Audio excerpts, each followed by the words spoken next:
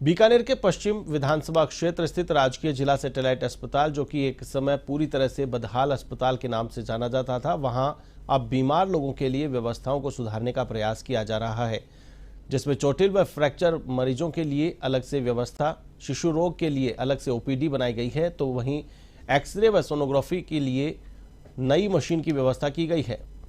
ये सभी व्यवस्थाएं अस्पताल अधीक्षक डॉक्टर सुनील हर्ष के नेतृत्व में की गई है। बीकानेर से एवन टीवी संवाददाता के सिंह मौके पर पहुंचे और व्यवस्थाओं का जायजा लेते हुए हॉस्पिटल के अधीक्षक डॉक्टर सुनील हर्ष से की बातचीत।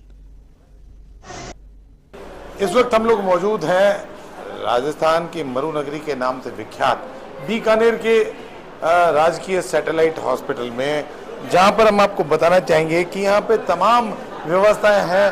वो कुछ क्राउड मैनेजमेंट वगैरह को लेते हुए देखते हुए काफ़ी कुछ चेंजेस हुआ है, और जहां अक्सर भीड़ देखी जाती थी, अब वहां पर भीड़ है जो ना के बराबर दिख रही है।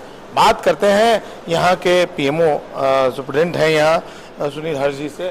हर्ष जी, किस तरह से व्यवस्था ऊपर काबू पाया गया यहाँ पर? सर, जब मैं आया था यहाँ पर, जो ओपीडी अंदर पुरानी बिल्डिंग है तो अंदर चलती थी, तो उसकी वजह से बहुत भीड़ होती थी। गलियारे पुरानी बिल्डिंग होने की वजह से काफ़ी छोटे और वेटिंग रूम नहीं थे। हमने बैठकर आपस में चिकित्सकों के साथ, नर्सिंग स्टाफ के साथ डिस्कशन किया, और उसके बाद में जो जहाँ भीड़ के पॉइंट थे, भीड़ भाड़ के जो पॉइंट थे, उनको हमने सेलेक्ट करके और उनका हमने अलग जगह हॉस्पिटल में ही अलग व्यवस्था करके हमने उसको कम करने का प्रयास किया।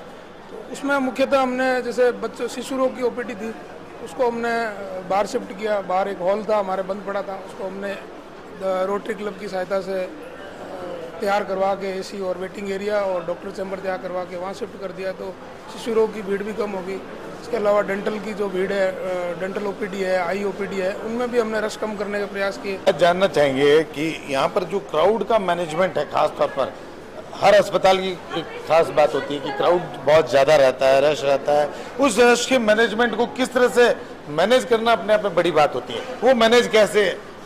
सर, हमने यही क्राउड के जो पॉइंट थे हमने आइडेंटिफाई किए और उनको डिस्क्रीट कर दिया अलग अलग एरियाज में। एक बड़ा काम हमने ये किया कि जो लैब के लिए, पहले सैंपल के लिए लोग अंदर तक आते थे बिल्डिंग में, तो हमने गेट के पास में ही रूम में लैब सैंपल का काम चालू कर दिया, तो करीब काफ़ी भीड़ हमारी बाहर चली गई। तो हमने ये देखा कि जो जहाँ ओपीडी हुआ करता था वहाँ टीकाकरण हो गया, कुछ ऐसी चीज़ें जिनको आपने बहुत इजीली कर दिया। तो इसमें कहीं कोई कुछ खास तरह से कोई गाइडलाइन आपने ली, या आपने अपने आप में ही सब कुछ मैनेज कर दिया? गवर्नमेंट की जो गाइडलाइंस है, जो स्टैंडर्ड्स है, उनको फॉलो किया हमने। स्टाफ का भी पूरा सहयोग मिला, डॉक्टर्स का पूरा सहयोग मिला जो हॉस्पिटल के बेटरमेंट के लिए। और इसका हमें सबसे बड़ा फ़ायदा ये हुआ कि हमारे साफ़ सफाई की जो दिक्कतें थी, समस्याएं थी, वो उस पर हमने 80-90% तक कंट्रोल कर लिया। 2000 के करीब हमारा ओपीडी रहता है। कुल मिला के माना जा सकता है कि बेहद ही शानदार काम यहाँ पर देखने में आया है। सुनील हर्ष, डॉक्टर सुनील हर्ष है जो कि यहाँ के अधीक्षक हैं, उनका यह काम है। और एक तरह से क्राउड मैनेजमेंट अपने आप में डिफरेंट वर्क कहा जा सकता है। किस तरह से इन लोगों को सेटल किया, सेटल करने के बाद ओपीडी भी नो डाउट बहुत बड़ी है, लगभग 2000 के आसपास तो रोजाना का ओपीडी हुआ है। के सिंह, एवन टीवी, बीकानेर।